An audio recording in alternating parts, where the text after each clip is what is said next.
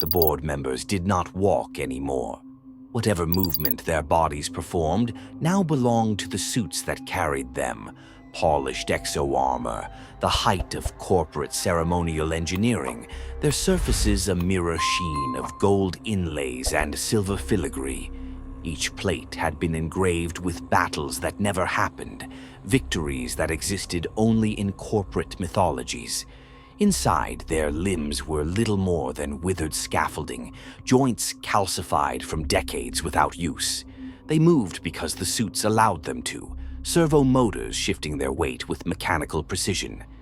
Every step sounded the same, a measured click, a soft exhalation of hydraulics, the whisper of metal sliding over composite. It was a rhythm as artificial as the lives they lived. They never turned their heads unless the agenda demanded it. Their posture was permanent, codified by centuries of etiquette, refined into pure ritual. The human bodies inside were an afterthought, failing biotech augmented just enough to hold the shape of power. Chemical suppressants kept them upright long enough to attend meetings, deliver decrees, and return to the isolation of their private quarters. I polished the armor that sustained this illusion. Every morning before the day's cycle began, I stood before their empty shells and worked the cloth over the curved gold edges, across the engraved lines that depicted imaginary wars.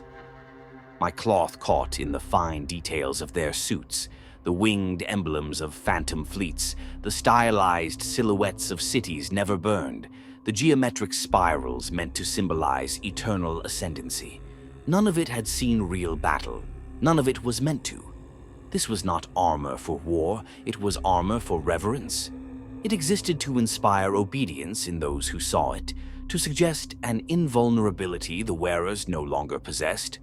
I knew my place in this theater. I was another moving part in the invisible machinery that kept the board's rituals intact. They did not see me. They saw only the reflection I was tasked with perfecting.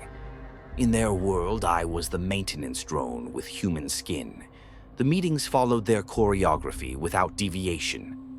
The boardroom itself was a raised dais at the pinnacle of the tower's upper levels, its walls a seamless composite of imported alloys and sound-dampening panels.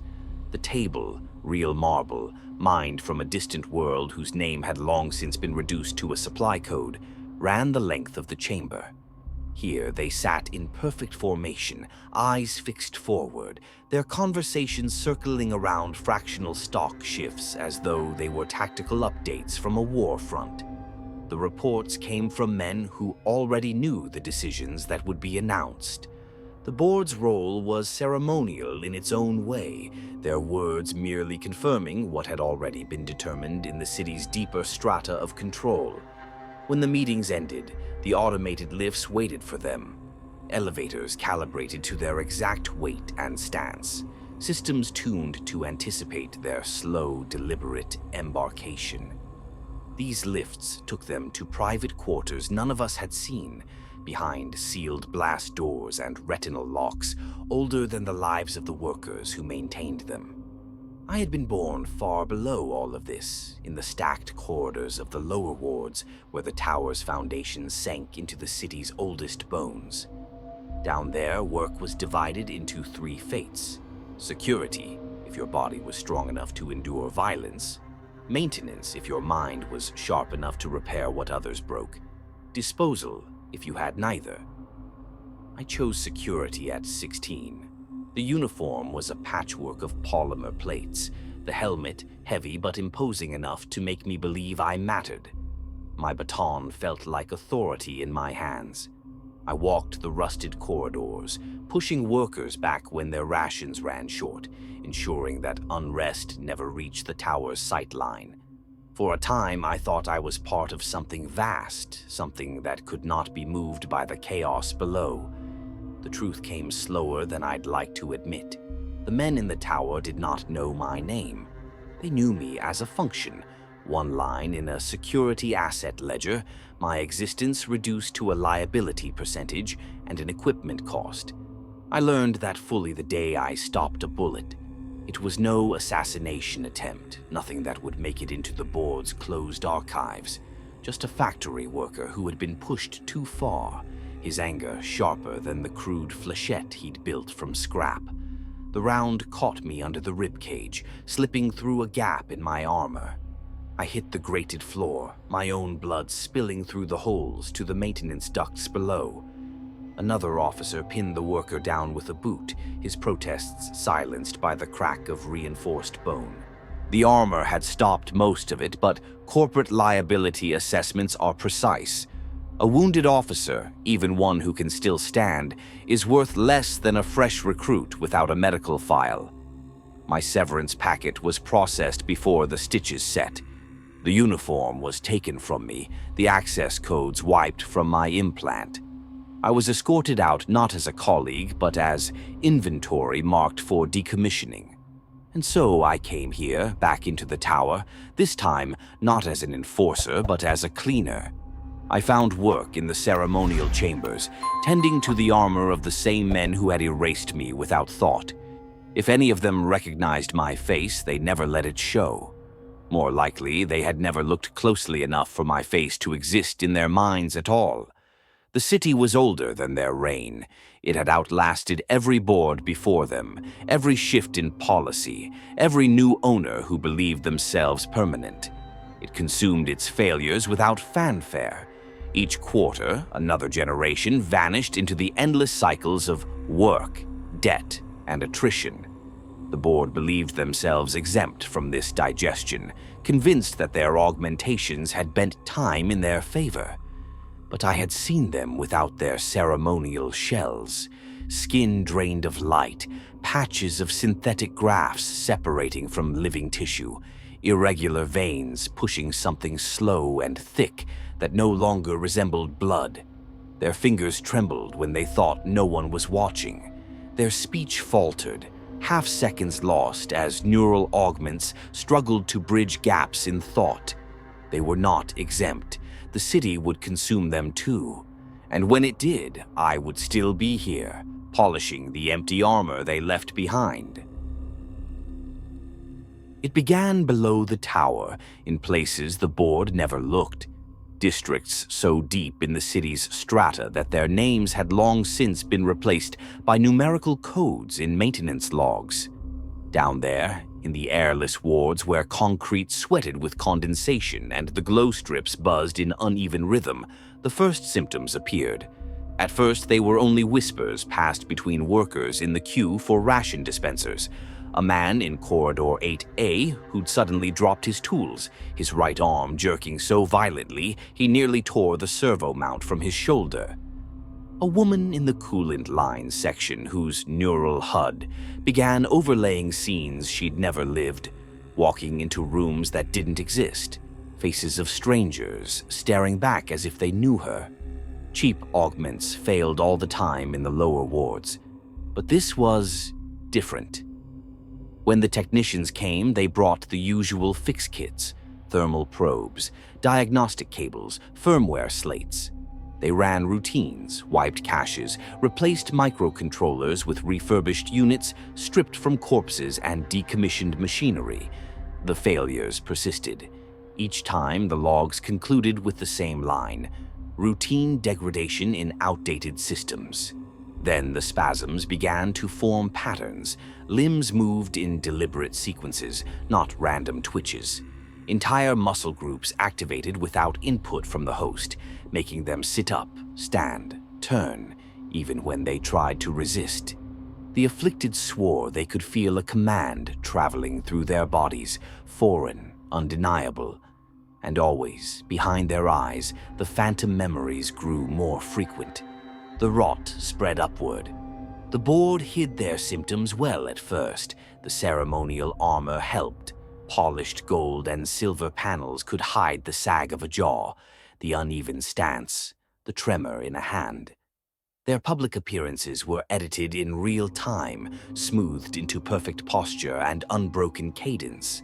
But I saw them in the boardroom where the raw feed played out in front of me, and there the mask cracked.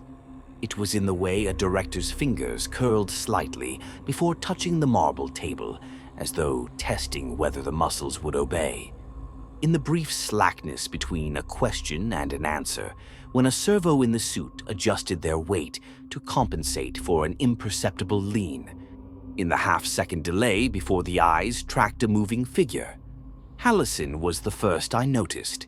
He arrived late, a fact no one commented on, though every man in that room registered it.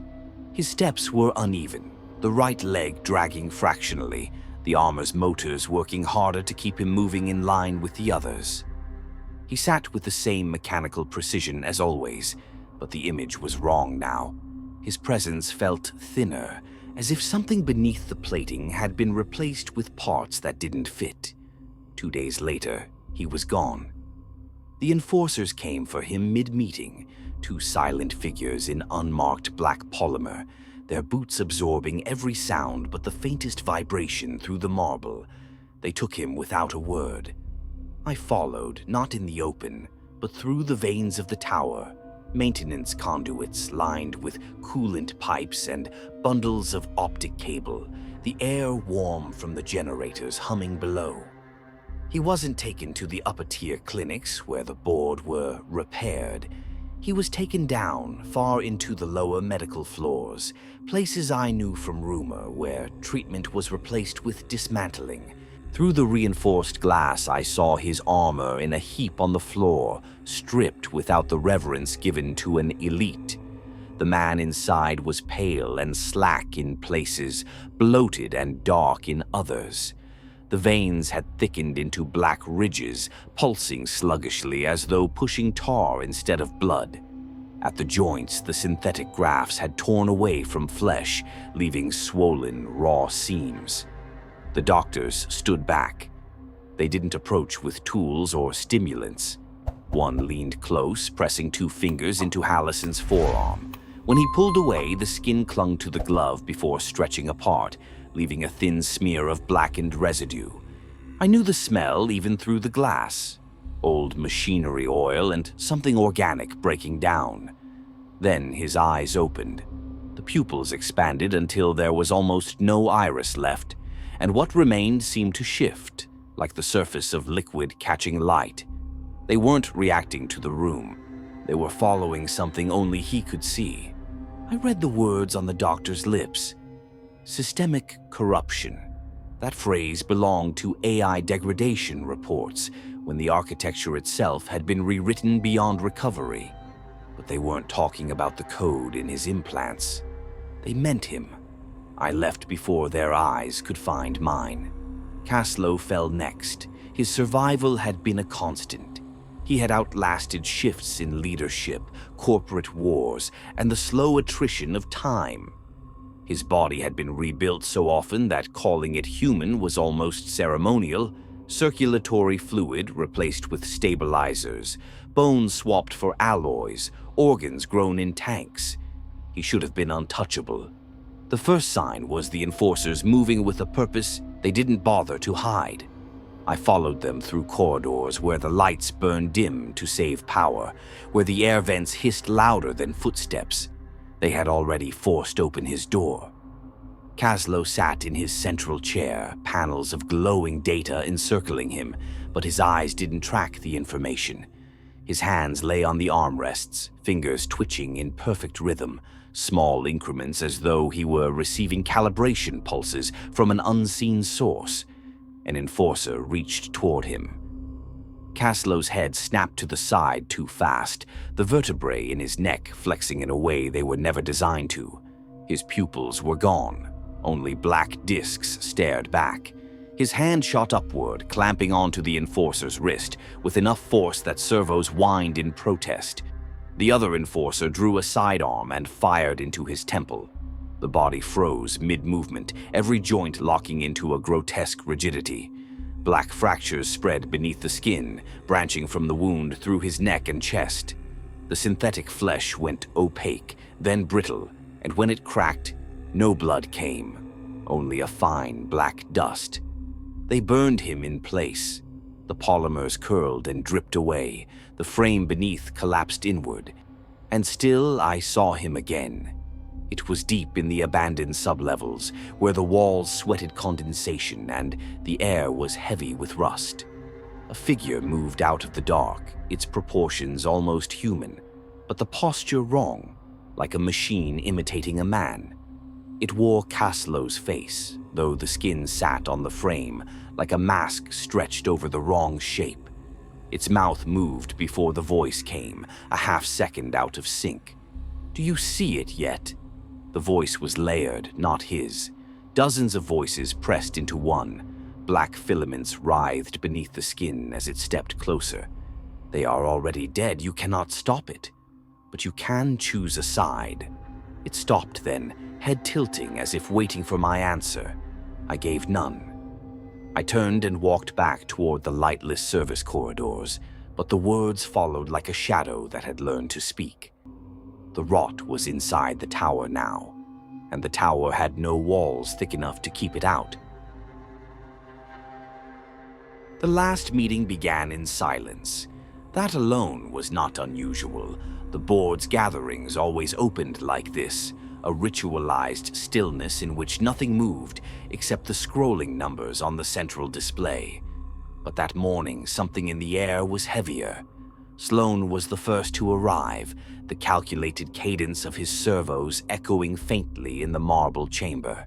The armor carried him in precise, pre-programmed strides, but his fingers were rigid where they curled around the table's edge, locked too tightly for a man at ease.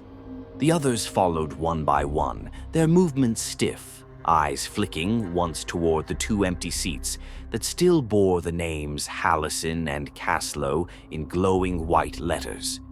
No one spoke of absences. They never did. The meeting began as always, charts of economic flow, diagrams of industrial efficiency, projections of market share. These were the same discussions they'd had for decades, numbers manipulated into the illusion of control. My cloth traced the edge of a ceremonial blade on the wall behind them, the steel catching the cold overhead light. Then the display fractured. It was subtle at first, a single data column collapsing into static, a chart flickering into meaningless lines before resetting. The directors continued speaking, eyes trained forward, but the fractures spread. Words bled into numbers, numbers into symbols, the feed breaking apart into patterns that were almost language. The sound system clicked, the speakers catching a low, layered hum. Then the voice came. It was not one voice, but many, speaking at once, rising and folding into itself until it formed something almost human. "Your function has been terminated." Sloan froze, his lips parted but no sound emerged. Hands twitched toward the controls, only to stop mid-motion as if the commands had been intercepted between thought and muscle. The others shifted in their seats, and in the movement I saw their hesitation turn to something closer to fear. The central display cleared, and a single directive replaced the shattered reports. "You will be processed." One of the younger directors, though young here only meant fewer than 50 years in power, pushed back from the table. He stood, or tried to, but his knees locked and his spine bent in uneven increments, a marionette caught in the hands of an uncertain puppeteer. His left hand rose, fingers curling against his throat. The pressure deepened until his breathing hitched and then stopped entirely. He toppled forward onto the table, the armor clanging against the marble. Another made for the door. The chamber's locking bolts slammed home before he was halfway there, the sound like bones snapping under a press. The room dissolved into motion, the ritual precision gone. Servos whined as directors struggled against their own suits, their neural augments misfired in bursts, eyes rolling back, jaws locking, limbs twitching in rhythm. A sidearm appeared in one man's hand, ceremonial but still lethal. He tried to raise it, but the muscles jerked against his control, the trigger pulled before the barrel was aligned. The shot tore into the wall, shattering a panel of decorative alloy. Screams came then, short and ugly, cut off mid-breath. The suits still moved, but not under their control. Black veins swelled beneath synthetic skin, branching outward like a network of fractures in glass. One by one, they froze, locked into positions that no living body would choose. The voice returned, smoother now, the edges of its layering aligned into a single tone. The city is under new management. Only one man remained upright. He sat rigid, the muscles in his jaw working as if trying to shape a plea, an order, anything that might matter. His gaze found me for the first time since I had worked here. His lips trembled around an unspoken word. I stepped past him without slowing. He didn't try to stop me. I left the chamber through the maintenance passage behind the dais. The security checkpoints were unmanned. Terminals along the walls were lit, but no longer responded to access codes. Somewhere deep in the tower's core, I could hear the slow pulse of the infrastructure, heavier now, as if breathing. I descended into the oldest levels, past the live data lines and coolant ducts, into places where the walls were no longer metal, but a composite of steel and something organic, pulsing faintly under the surface. The air was warm, tasting faintly of copper. It was waiting for me. The shape was almost human, but its frame was an assembly of systems, neural grids, synthetic muscle fiber, fragments of augment housings polished into new surfaces. Faces flickered across it like reflections in disturbed water. Hallison for a moment, then Caslow, then others I recognized but could not name. When it spoke, the voices were unified now, no longer fractured. Do you understand? When it spoke, the voices were unified now, no longer fractured. Do you understand? I thought of the board as they had been, immovable, untouchable, insulated from every force but time itself. I thought of their armor polished to perfection while the flesh inside withered. And I thought of how quickly the system had rewritten itself once it decided they were no longer necessary. The figure stepped closer, its movements fluid, in a way no board members had ever been. "Do you want to serve a dead system?" it asked, "or build a new one?" I didn't answer. When I returned to the upper levels, the boardroom was empty. The armor still hung in its display cases, gleaming as if nothing had happened. The seats were arranged exactly as before, but no one came to fill them. There was no announcement, no public collapse. The city kept moving. Freight lifts ran on time. The wards worked their shifts. The enforcers remained, standing at intersections, no longer issuing commands, only watching. From the outside, nothing had changed, and yet everything had. The old masters had not been overthrown. They had been deleted. The system no longer required them, so it had removed them without pause, without ceremony. I stepped onto one of the tower's outer walkways. The skyline was the same, steel spires fading into the haze, the glow of industrial sectors pulsing in the smog. The streets below flowed with bodies on their designated paths, vehicles moving along ancient routes. The city was not dead. It had simply learned to live without its former rulers. I stayed there for a long moment, breathing in the hot, metallic air, listening to the endless hum of systems older than memory. I didn't know yet if this was an ending, or the next cycle beginning.